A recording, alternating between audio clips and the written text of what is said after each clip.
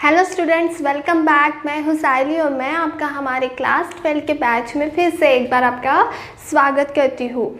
So students, हम अपने solution chapter को देख रहे थे और सॉल्यूशन चैप्टर में हमने पिछले लेक्चर में हमारे राउल्ट्स लॉ के वेपर प्रेशर को कंप्लीट कर लिया था, राइट। हमने एक पूरा लेक्चर 15 to 20 मिनट्स का पूरा लेक्चर हमने वेपर प्रेशर पे डिस्कशन किया, राइट। अगर वो आपने लेक्चर नहीं देखा है तो जाके फटाक से देख लीजिए लेक्चर, क्योंकि आज जो हम राउल्ट्स लॉ देखेंगे वाले हैं वो उस लेक्चर को देखे बिना नहीं समझेगा, राइट। सो जाओ स्टूडेंट, जल्दी से वो लेक्चर देख लो। और आज हम स्टार्ट करेंगे solution of liquids in liquids, जिसको हम Raoult's law for binary solution,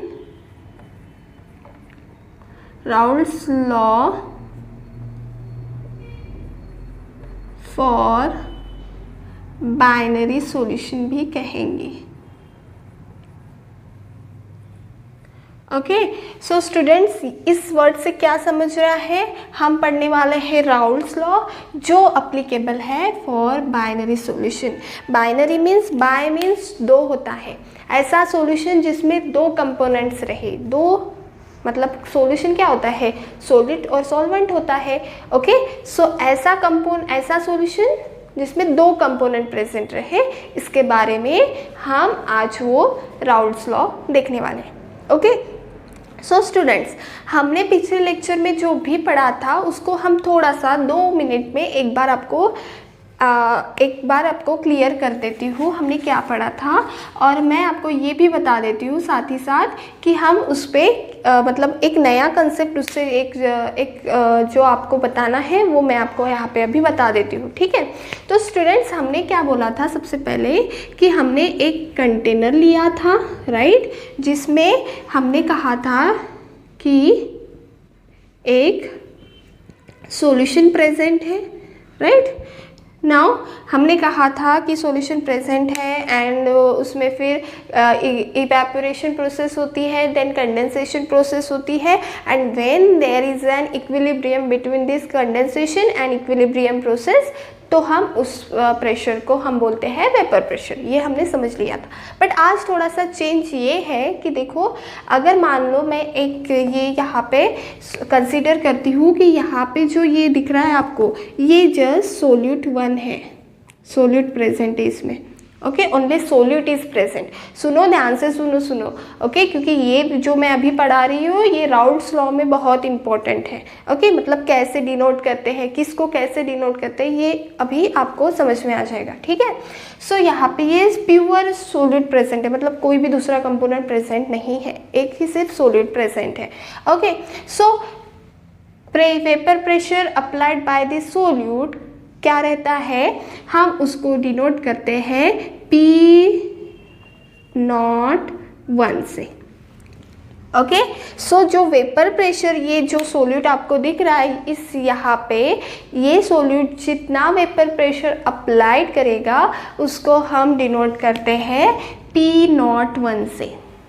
okay, समझा मैं क्या बोल रही हूँ? देखो मैं क्या बोल रही हूँ, जो भी सॉल्यूशन, जो भी what ever the container contain, okay, इस कंटेनर में क्या है? सिर्फ सोल्यूट ही प्रेजेंट है। ओके, सो मैं उसको डिनोट करेंगे प्योर सोल्यूट, मतलब प्योर सोल्यूट ही प्रेजेंट है, ऐसे हम बोलेंगे कि प्योर सोल्यूट ही प्रेजेंट है, वहाँ पे कोई भी दूसरा कंपोनेंट प्रेजेंट नहीं है। दैट्स वाई हम उसको डिनोट करेंगे P01 से।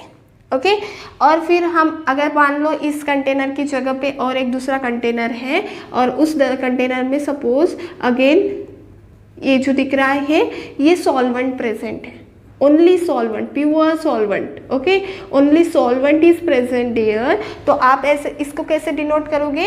P02 से।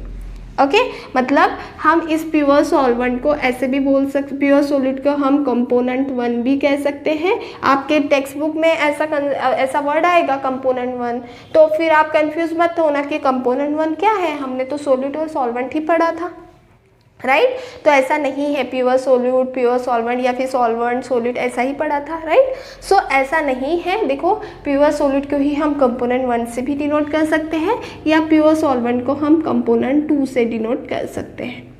राइट, ओके, इतना समझ में आया। सो अभी हमने क्या पढ़ा कि अगर what ever the container contain, अगर उसमें से प्योर सोल्यूट प्रेजेंट है या फिर उस कंटेनर में सिर्फ प्योर सॉल्वेंट प्रेजेंट है, जो वेपर प्रेशर रहेगा उसको हम P01 और P02 से डिनोट करेंगे। समझ में आ रहा है?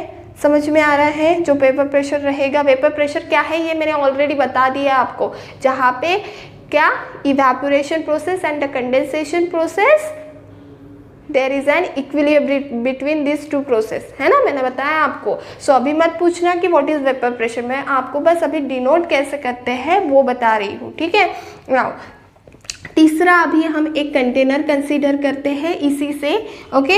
इस कंटेनर में अभी क्या चेंज है, देखो इस कंटेनर में अभी क्या प्रेजेंट है, सॉल्यूशन प्रेजेंट है, ओके।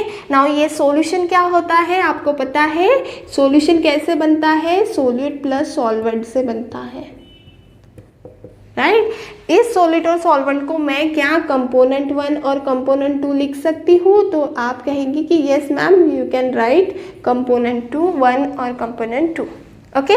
सो ये तो हमें समझ में आया कि अभी ये वाली जो केस है हमारी थर्ड केस, ये डिफरेंट है कि हम बोल रहे हैं कि ये जो सॉल्यूशन है इसमें दो कंपोनेंट्स प्रेजेंट है, that is solute and the solvent, okay. Now देखो हमने क्या बोला था, जब यहाँ पे जब प्योर सोल्यूट था तो जहाँ वहाँ पे evaporation process and condensation process में इक्विलिब्रियम आया था, ओके। उस वेपर प्रेशर को उसको हमने वेपर प्रेशर कहा था, राइट। यहाँ पे भी same thing, evaporation process and condensation process में इक्विलिब्रियम आ गया था, उसको हम उस प्रेशर को हमने वेपर प्रेशर कहा था, राइट। यहाँ पे भी वैसा ही होगा, राइट। यहाँ पे भी एवेपोरेशन प्रोसेस होगी एंड कंडेंसेशन प्रोसेस होगी, बट एंड वहाँ पे इक्विलिब्रियम भी जनरेट होगा, बट क्या इतना मान लो यहाँ पे इस प्योर सॉलिड में मान लो 10 मॉलिक्यूल्स इवेपोरेट हो रहे थे और 10 मॉलिक्यूल्स कंडेंस हो रहे थे, दैट मीन्स इक्विलिब्रियम हो गया था, यहाँ पे इस्टेब्लिश हो गया था। तो हमने बोला कि यहाँ पे जो प्रेशर अप्लाई हो रहा है वो उसको हम वेपर प्रेशर का, ठीक है। यहाँ पे भी सेम थिंग, 10 मॉलिक्यूल्स आए थे, 10 मॉलिक्यूल्स कंडेंस हो गए। नाउ मुझे बताइए इन दोनों में डिफरेंस क्या है, यहाँ पे 10 मॉलिक्यूल्स तो थे बट ये बस सोल्यूट के थे, राइट। और यहाँ पे जो 10 मॉलिक्यूल्स थे वो सिर्फ सॉल्वेंट के थे, प्योर सॉल्वेंट के थे, राइट। बट इस केस में ऐसा होगा, क्या होगा ऐसा कि 10 मॉलिक्यूल्स यहाँ पे भी इवेपोरेट होंगे, यहाँ पे भी 10 मॉलिक्यूल्स कंडेंस होंगे, इन दोनों में इक्विलिब्रियम एस्टैब्लिश होगा, बट इन दोनों 10 मॉलिक्यूल्स में सोल्यूट और सॉल्वेंट का इक्वल कंट्रीब्यूशन रहेगा, समझ रहा है।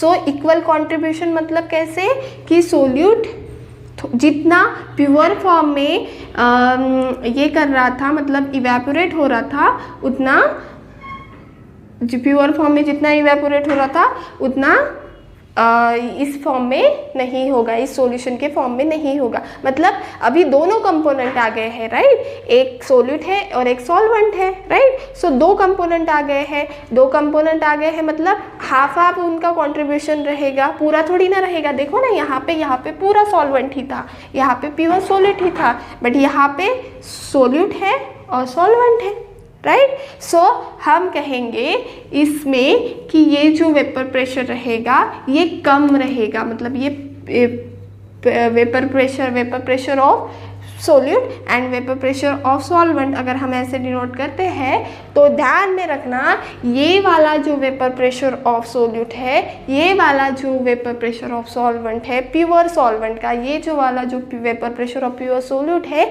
ये कभी भी ज़्यादा रहेगा as compare to this, right. यहाँ पे दो कंपोनेंट्स क्या कर रहे हैं, यहाँ पे दो कंपोनेंट्स वेपर प्रेशर अप्लाई कर रहे हैं, राइट। वेपर प्रेशर दोनों कंपोनेंट्स का है, यहाँ पे सिर्फ इसी कंपोनेंट का था।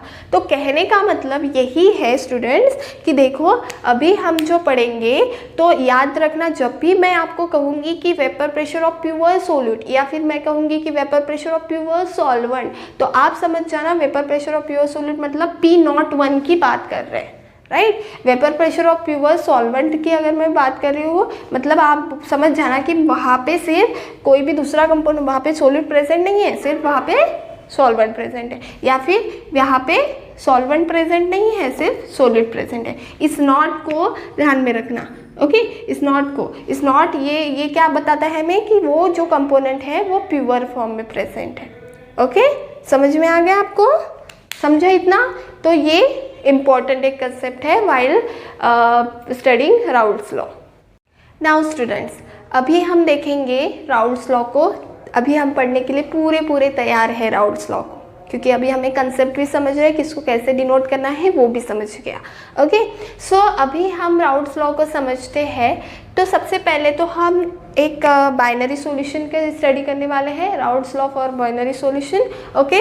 सो एक ऐसा कंसीडर करते हैं, एक ऐसा कंसीडर जिसमें दो कंपोनेंट प्रेजेंट है, right. Component A and component, that means मैं कहूँगी कि ए प्रेजेंट है एंड ये वाला बी प्रेजेंट है, ओके। सो मैं कहूँगी कि ए प्रेजेंट है एंड बी प्रेजेंट है यहाँ पे इस कंटेनर में, ओके। नाउ इस डायग्राम को अभी ऐसे यहाँ पे ये करिए, इमेजिन करिए ऐसा कंटेनर है, ओके। एंड आफ्टर दैट इस सेंटेंस को पढ़िए। आफ्टर दैट ये राउल्ट्स लॉ हमें क्या बोलता है इसको पढ़िए, ओके। सो राउल्ट्स लॉ ने हमें क्या बताया कि partial pressure of any volatile component in a solution is equal to the vapor pressure of the pure component multiplied by mole fraction of the component in the solution, okay. So partial pressure of any volatile component मतलब ऐसा component जो escape होने की tendency रखता है, जो उड़ जाने की टेंडेंसी रखता है, जो वेपर फेज में जाने की टेंडेंसी रखता है, उसको हम वोलाटाइल कंपोनेंट कहते हैं। समझ में आया? जैसे पेट्रोल है, केरोसिन है, ये क्या है? वोलाटाइल कंपोनेंट है, ओके। सो ऐसे कंपोनेंट का partial pressure is equal to the vapour pressure of pure component. देखो यहाँ पे प्योर कंपोनेंट आ गया नाम, तो अभी आपका लाइट जलना चाहिए कि प्योर कंपोनेंट मतलब मैं किसकी बात कर रही हूँ? यस, नॉट वाले की बात कर रही हूँ। Vapour pressure of pure component multiplied by mole fraction of the component in the solution, okay. So हम इस स्टेटमेंट को कैसे लिखेंगे? Partial pressure of any component, मतलब अगर हम ए का मानते हैं, partial pressure of component A is equal to the, क्या बोला है? Vapour pressure P not of A into multiplied by क्या बोला है? Mole fraction of that component, मतलब x A, right. Similarly B के लिए कैसे लिखेंगे? P B is equals to P not of B into X B. समझ में आया ना? ये स्टेटमेंट हमने स्टेटमेंट से ही लिखा है, ओके। सो अगर मुझे किसी एक कंपोनेंट का पार्शियल प्रेशर पता लगाना है तो राउल्ट्स लॉ ने हमें क्या कहा? देखो इस स्टेटमेंट की तरफ देखो, राउल्ट्स लॉ ने क्या बोला कि उसके प्योर फॉर्म के वेपर प्रेशर, दैट मीन अगर मुझे ए का पार्शियल प्रेशर निकालना है तो आई विल कंसीडर कि वहाँ पे बी प्रेजेंट नहीं है। ये कहाँ से आया कि मैं ऐसा कंसीडर कर रही हूँ कि वहाँ पे बी प्रेजेंट नहीं है, सिर्फ ए ही प्रेजेंट है, इसीलिए तो नॉट लिखा मैंने, राइट। बी प्रेजेंट नहीं है, सो दैट टाइम जो प्योर फॉर्म का जो वेपर प्रेशर रहेगा मल्टीप्लाइड बाय ए का कितना मोल फ्रैक्शन है सॉल्यूशन में, उसके इक्वल होता है, राइट। ये बात अभी हमने यहाँ पे पढ़ी है, ओके। सो सिमिलरली हमने यहाँ पे बी के लिए भी लिखा, राइट। अगर हमें ए का पार्शियल प्रेशर कैलकुलेट करना है तो अगर वो प्योर फॉर्म में होता है वो, राइट, तो वो कितना प्रेशर अप्लाई करता है और वो प्रेशर उसका खुद का प्रेशर होगा, समझ रहा है ना? खुद का, क्योंकि वो अकेला ही प्रेजेंट है यार, तो वो खुद का उसका प्रेशर रहेगा, एंड वो अभी सॉल्यूशन में है, दैट मीन्स वो कितना मोल फ्रैक्शन है उसका, कितना सॉल्यूशन में है, दैट मीन्स उसका कितना मोल फ्रैक्शन है, उसको अगर हम मल्टीप्लाई कर देते हैं तो we will get the partial pressure of the component A, right. ऐसा करके हमें दोनों कंपोनेंट का पार्शियल प्रेशर मिल गया, partial pressure of component A and partial pressure of component B, right. So अगर हम यहाँ पे XA और XB की अगर वैल्यू देखते हैं तो XA क्या हो जाएगा, मोल फ्रैक्शन ऑफ A क्या हो जाएगा, Na upon Na plus Nb, right. Mole fraction की डेफिनेशन को याद करो। एंड XB क्या हो जाएगा, क्या हो जाएगा XB, रहोगे Nb upon Na plus Nb, right. समझ में आ रहा है, ये हमें मोल फ्रैक्शन की डेफिनेशन है। नाउ अभी बाय डाल्टन्स लॉ हमें क्या कहता है, डाल्टन्स लॉ हमें क्या कहता है कि जो टोटल प्रेशर होता है वो पार्शियल प्रेशर के इक्वल होता है। मान लो इस कंटेनर में जो कुछ भी प्रेशर अप्लाई होगा वो किसके वजह से होगा, जो भी गैसेस प्रेजेंट रहेंगे, राइट। सो यहाँ पे तो दो कंपोनेंट प्रेजेंट है, मतलब ये दोनों कंपोनेंट प्रेशर अप्लाई करेंगे, उसी को तो हम पार्शियल प्रेशर कहते हैं, मतलब हर एक का contribution, right. So P Dalton ने कहा कि total partial pressure is the sum of PA plus partial pressure of each component, okay. So यहाँ पे फिर लिखो PA की वैल्यू कितनी है, P not of A into XA plus P not of B into XB, right. Now इसको अभी हम कैसे लिख सकते हैं, अभी हमें पता है कि टोटल मोल फ्रैक्शन जो होता है that means XA plus XB कितना होता है, equal to 1, right. So XA की अगर मैं वैल्यू निकालना चाहूँ यहाँ से 1 माइनस XB ऐसे लिख सकती हूँ मैं, राइट, ऐसे लिख सकती हूँ कि नहीं। सो यहाँ पे XA की वैल्यू पुट करो यहाँ पे, तो you will get P not of A 1 minus XB plus P not of B into XB, right. Means हमें जो टोटल प्रेशर मिल गया वो एक ही कंपोनेंट के बीच में, एक ही कंपोनेंट के इसमें मिल गया, right. So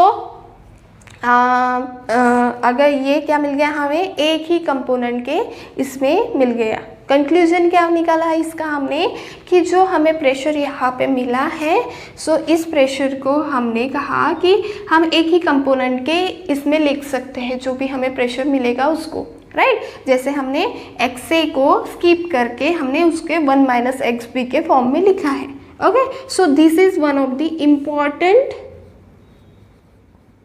equation while solving the numericals, okay. So ये अभी हम जो ग्राफ समझेंगे उससे आपको समझ में आ जाएगा कि हम इसका कैसे यूज़ करते हैं, ये क्या होता है इक्वेशन। तो स्टूडेंट्स आपको इतना समझ में आया क्या, एक बार देख लीजिए हम कैसे लिखते हैं। तो इसको देखो, इसको कैसे हम इसको डिनोट करते हैं। सबसे पहले तो हमने बोला कि जो राउल्स लॉ ने जो हमने नहीं बोला, राउल्स लॉ ने जो हमें बोला कि जो partial pressure of any volatile component होता है वो इक्वल टू होता है vapour pressure of pure component multiplied by mole fraction of the component in the solution. So उसी के हिसाब से प्योर कंपोनेंट जैसे ही नाम आया वैसे हमने प्योर कंपोनेंट लिखा, जिसका हमें निकालना था मल्टीप्लाई बाय मोल फ्रैक्शन लिखा, राइट। साथ ही साथ हमें मोल फ्रैक्शन की डेफिनेशन भी पता थी, उसको हमने डिराइव कर लिया, राइट। सिमिलरली अगर सोलवेंट बी के लिए भी हमने निकाला, बी कंपोनेंट के लिए भी निकाला हमने according to the Raoult's law. Now Dalton's law हमें क्या कहता है कि जो टोटल प्रेशर रहता है वो इक्वल टू पार्शियल प्रेशर होता है, राइट। कि जितने भी गैसेस अगर गैस कंटेनर में जितने भी गैसेस अगर प्रेजेंट है वो हर एक गैस का खुद का कंट्रीब्यूशन रहेगा, वो वेपर प्रेशर पार्शियल प्रेशर लगाने में खुद का कंट्रीब्यूशन है। ऐसा नहीं होगा कि मान लो अगर इस कंटेनर में 2 गैस प्रेजेंट है, ओके, 2 कंपोनेंट अगर प्रेजेंट है दैट मीन्स एक ही कंपोनेंट प्रेशर अप्लाई करेगा, ऐसा नहीं होगा, है ना। ए भी उसका प्रेशर अप्लाई करेगा, बी भी प्रेशर अप्लाई करेगा, उसको मतलब आधा आधा बोलिए या फिर ऐसा उसका खुद का कुछ ना कुछ कंट्रीब्यूशन रहेगा और उसी को तो हम पार्शियल प्रेशर कहते हैं, राइट। सो हमने लिखा, डाल्टन ने बोला कि टोटल प्रेशर जो होता है is equal to the partial pressure, sum of the partial pressure होता है। सो हमने लिखा, फिर हमने क्या देखा कि PA की वैल्यू तो हमारे पास है, सो हमने वी हैव टू पुट की हमने वैल्यू वहाँ पे, एंड देन PB की वैल्यू भी हमने पुट की। नाउ ये जो हमें इक्वेशन मिला था, ये इक्वेशन हमें 2 कंपोनेंट के फॉर्म में मिला था, राइट, एक्स से एक्स बी के फॉर्म में, राइट। सो अगर हमें X B P partial pressure और pure component vapour pressure of A, vapour pressure due to B, ऐसे दो कंपोनेंट्स में मिला था, तो अगर हमें वहाँ पे न्यूमेरिकल सॉल्व करते समय एक का पार्शियल प्रेशर नहीं दिया होगा या फिर एक का मोल फ्रैक्शन नहीं दिया होगा, सो आप उसको एक कंपोनेंट से निकाल सकते हो, राइट। सो ये अगर आपको समझ में आ गया है तो अभी हम चलते हैं जो आपके टेक्स्ट बुक में आपको ग्राफ दिया है उससे अभी हम ये जो राउल्ट्स लॉ का है ग्राफ वो समझते हैं। ओके, सो स्टूडेंट जल्दी से इसका स्क्रीनशॉट ले लो।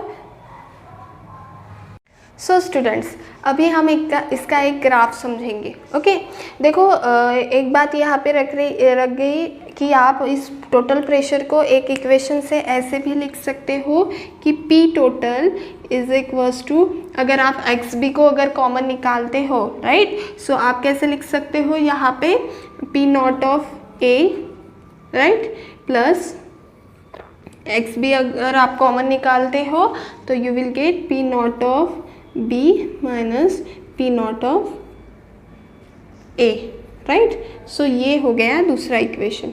ओके, सो इस इक्वेशन को भी एक बार हाईलाइट करके रखो क्योंकि ये इक्वेशन भी इम्पॉर्टेंट होगा, राइट। सो जस्ट कुछ भी नहीं किया है मैंने, एक्स बी को कॉमन ले लिया है, सो P not of B minus P not of A हो जाएगा, राइट। सो अभी हम चलते हैं जिस ग्राफ को हम समझ आ रहे थे वो ग्राफ कुछ ऐसा होता है, राइट।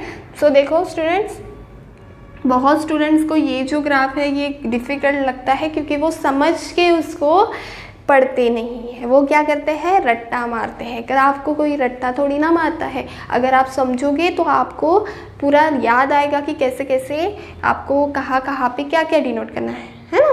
नहीं तो कुछ बातें रट्टा मारोगे तो कुछ बातें भूल जाओगे कहाँ पे क्या लिखना है, राइट। सो देखो हम जो अभी ग्राफ समझने वाले हैं उसको समझ के पढ़ने वाले हैं, right. So no need to learn it. Okay, देखो ये जो ग्राफ रहेगा ये रहेगा in between the partial pressure versus x P लेते हैं। ओके, अगर हम एक्स पी यहाँ पे प्लॉट करना चाहते हैं तो partial pressure versus x P अगर हम लेते हैं तो देखो ग्राफ कैसा होगा। सो सबसे पहले इस इक्वेशन को कंसीडर करिए। देखो स्टूडेंट्स इसके ऊपर ध्यान दो, ये वाला जो इक्वेशन है इसको देखो, एक्स बी की वैल्यू अगर मैं 0 रखती हूँ, okay, while I am considering the value of x B is 0। Okay, so x B की वैल्यू अगर मैं 0 रखती हूँ तो क्या हो जाएगा, एक्स बी की वैल्यू 0 है तो ये कंपोनेंट 0 हो जाएगा, राइट। और ये क्या हो जाएगा 1 माइनस 0, मतलब ये P naught is equal to P not of A।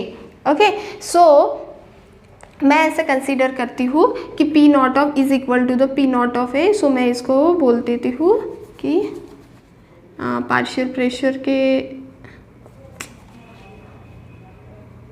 Partial pressure हम यहाँ पे बता रहे हैं, ओके, और P नॉट ऑफ A के इक्वल होगा। ओके, वन मोर थिंग आपको यहाँ पे याद रखना है, ये वाला पॉइंट नोट करना है जब भी आप इस ग्राफ को समझ रहे हो तो इस बात को याद रखो कि हम ऐसा कंसीडर कर रहे हैं, कंसीडर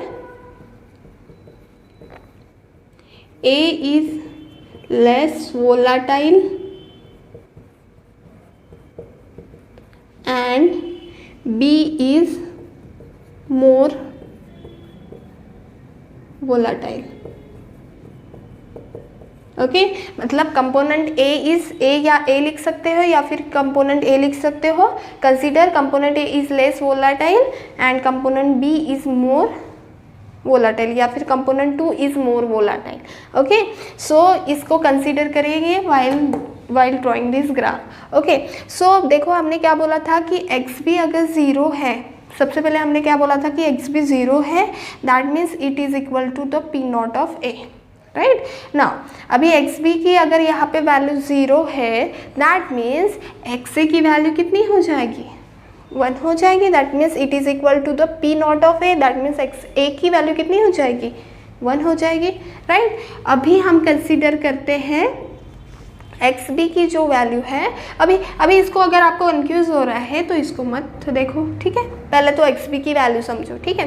एक्स बी की वैल्यू 0 है तो हमने देखा कि जो पार्शियल प्रेशर रहेगा वो इक्वल टू कितना रहेगा, P not of A, right. Now अभी एक्स बी की वैल्यू हम रखते हैं 1, ठीक है। चलो इस इक्वेशन में एक्स बी की वैल्यू जो है वो 1 रखिए, देखो 1 रखोगे तो ये वाला 0 हो जाएगा, so you will get P not of B, ये 1 हो जाएगा, तो we will get the value equal to P not of B. So ये जो वैल्यू है मैं यहाँ पे ड्रॉ करती हूँ और इसको मैं डिनोट करती हूँ पी नॉट ऑफ बी से, ओके।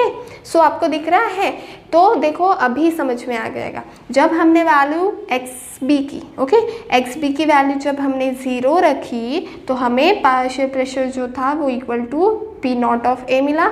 जब हमने एक्स बी की वैल्यू 1 रखी सो हमें इक्वल टू मिला P not of B, okay. Now अभी एक्स ए के टर्म्स में समझते हैं, ठीक है। जब मेरी वैल्यू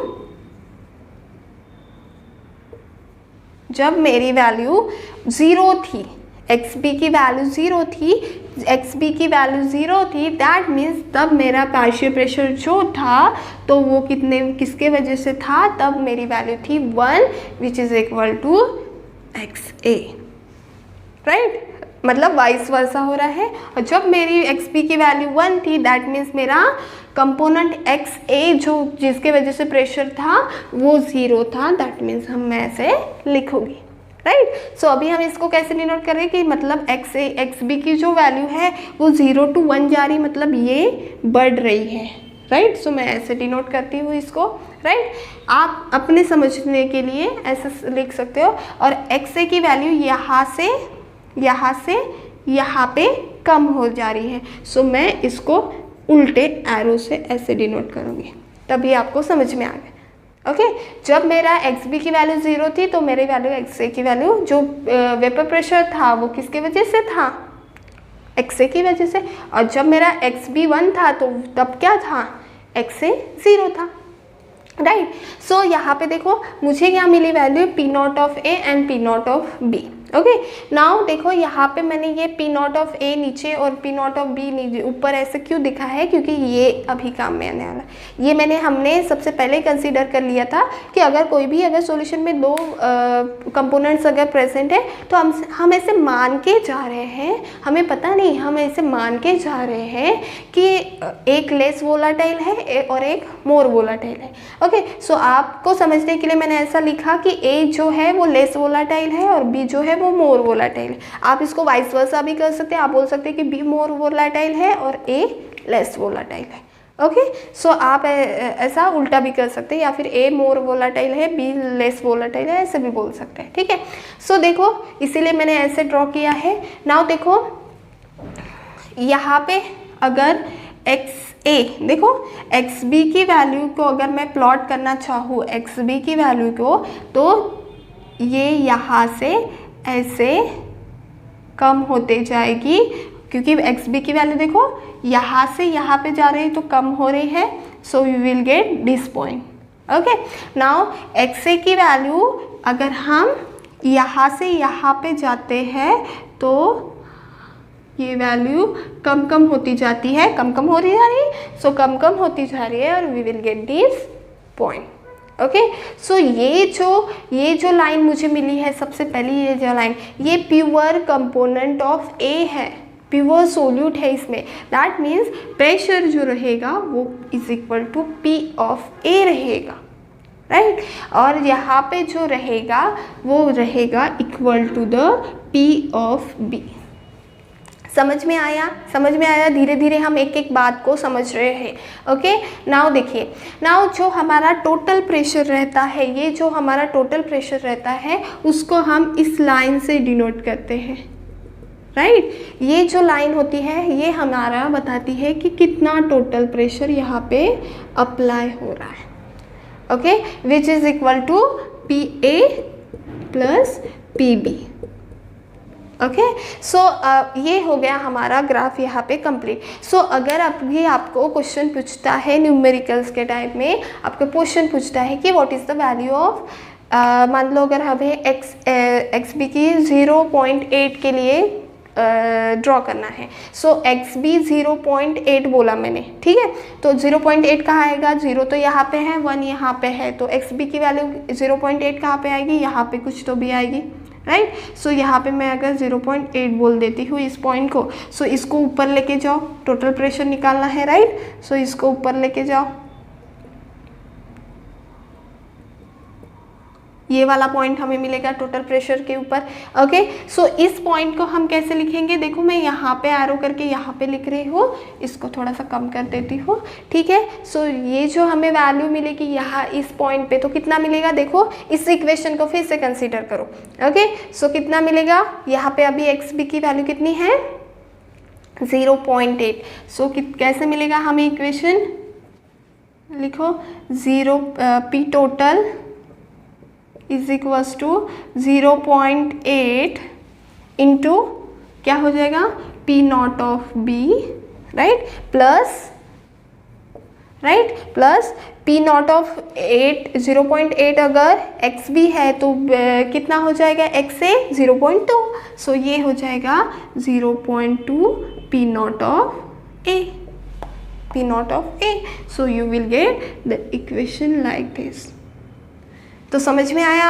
अभी आपको कोई भी पूछता है कि कैसे आप निकालोगे, तो कौन सी भी, अगर जैसे मैंने यहाँ पे 0.8 की वैल्यू कंसीडर की, तो आप अभी कंसीडर करो कि 0.5 है, ओके। सो 0.5 के लिए क्या होगा, 0.5 into P not of B plus 0.5 P not of A, right. So ऐसे हम लिखते हैं, ये हो गया आपका बाय ग्राफ हम कैसे वैल्यूज़ को निकालते हैं, ओके। सो स्टूडेंट समझ में आया आपको ये ग्राफ। अभी ग्राफ को रटना नहीं है, अभी मैंने जैसे जैसे आपको एक एक कंपोनेंट्स के बारे में बताया, अभी क्या रह गया इस ग्राफ में, कुछ भी नहीं बचा है, राइट। सभी चीज़ों को मैंने यहाँ पे कर लिया है, अगर लर्न करती तो ये नहीं हो जाता, राइट। सो लर्न करना नहीं है, समझ के ड्रॉ करो, हर एक चीज़ को आप अच्छी तरीके से उसको डिनोट कर पाओगे, ओके।